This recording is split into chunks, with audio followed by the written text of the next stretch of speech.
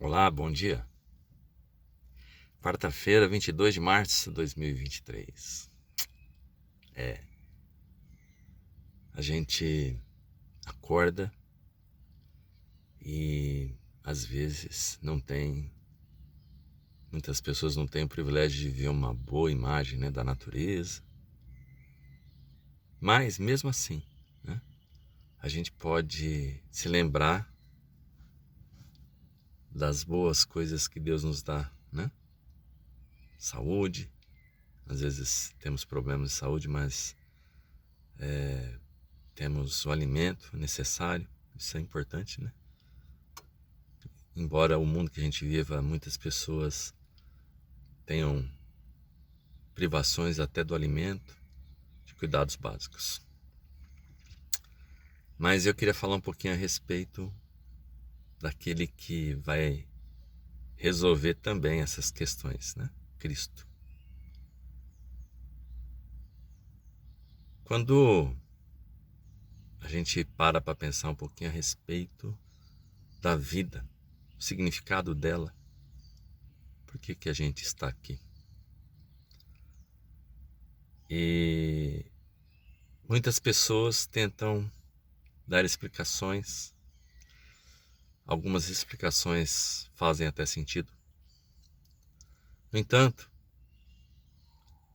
por que a gente não buscar as respostas naquele que criou todas as coisas, não é assim?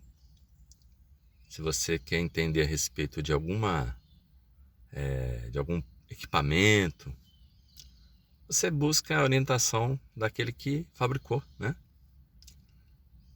E a Bíblia diz que Jesus, ele fez todas as coisas. Todas as coisas foram feitas por meio dele e para ele. Olha, todas as coisas.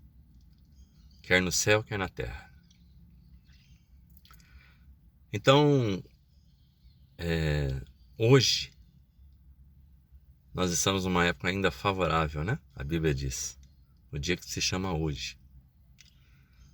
A Bíblia fala que o hoje, né? Está enquadrado também nos últimos dias, onde as pessoas, muitas, embora professassem crer em Cristo, não viveriam da maneira, né, que se esperaria de um cristão verdadeiro. Mas o fato é assim, nenhum de nós tem a capacidade de viver, né, como Jesus viveu. Claro que não tem, nunca vai ter.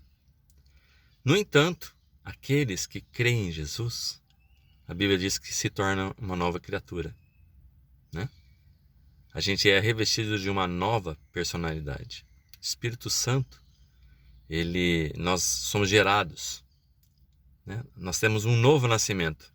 Jesus falou isso para Nicodemos, né? Numa noite que Nicodemos foi visitar Jesus, né? Porque ele fazia parte lá da cúpula do Sinédrio. Então ele ficou com medo de ser visto com Jesus. Então ele foi num horário que ninguém ia ver. E Jesus falou isso para Nicodemos, né? A não ser que nasça de novo, ninguém pode ver o reino de Deus. Cristo é a resposta, não somente para essa vida, muito pelo contrário, vai muito além disso. Então, há um trecho na Bíblia, eu não me lembro onde, mas fala que o apóstolo Paulo falou assim, que as coisas que nós passamos agora, as preocupações, as dificuldades, né, os problemas, tribulações, elas são consideradas nada perto da glória que nós teremos brevemente. Quem prometeu isso foi Cristo. Aliás, Cristo é o sim para todas as promessas de Deus. Jesus é sim para o cumprimento de todas as profecias a respeito dele mesmo, antes dele nascer, séculos antes. Todos os detalhes que foram falados a respeito do Messias aconteceu. Jesus, mesmo ali na cruz, detalhes como, por exemplo, ele ser vendido por 30 moedas, né, do seu discípulo Judas Iscariotes, a roupa sendo repartida pelos soldados, seus ossos não foram quebrados, todas as profecias que não tinham como Jesus controlar foram cumpridas. E Jesus é a promessa muito maior do que tudo isso. Ele é o cumprimento da promessa de que Deus daria vida eterna a todos os que nele exercessem fé. Então não é para todo mundo, né? Para todo, aliás, o João 3,16, ele fala todo aquele. Então é um encontro pessoal com Cristo e a minha conscientização de que eu sou um pecador, que eu não tenho dignidade. Não tem como eu ser aprovado por Deus por boas ações, por qualquer obra que eu possa fazer, por maior valor que ela tenha. Porque eu sou um pecador. Lá no Antigo Testamento, os judeus, né, os israelitas, eles eram ensinados, orientados, melhor dizendo, a levar, sempre que fosse fazer uma oferta pelo pecado, um cordeiro ou um animal sem defeito. Sem defeito. Jesus é o Cordeiro de Deus que tira o pecado do mundo, porque ele não tinha pecado. Impossível Jesus pecar. Então, da mesma forma como o judeu ele punha lá a mão no animal para ser sacrificado, imolado, né? Eu tenho que pôr a minha mão em Cristo. Eu tenho que confessar meus pecados, reconhecer que eu sou um pecador e que só Jesus, só por meio de Jesus eu posso ter a redenção, livramento da acusação que tinha contra mim dos meus pecados e ser realmente salvo. E você? Jesus, ele não... Hoje nós temos muitos que falam a respeito de Cristo, né? Mas a Bíblia não fala de nenhuma religião. Em termos de assuntos espirituais, ela fala de Cristo. E Cristo falou que ele edificaria a sua igreja. Então, a igreja é o corpo de Cristo. Não é um templo, não é um santuário, não são líderes, né? Nós não precisamos de ninguém para nos achegarmos a Deus, exceto Cristo. Ele faz esse convite, assim como ele fez no passado para os seus discípulos, que eram pescadores, alguns cobradores de impostos, né?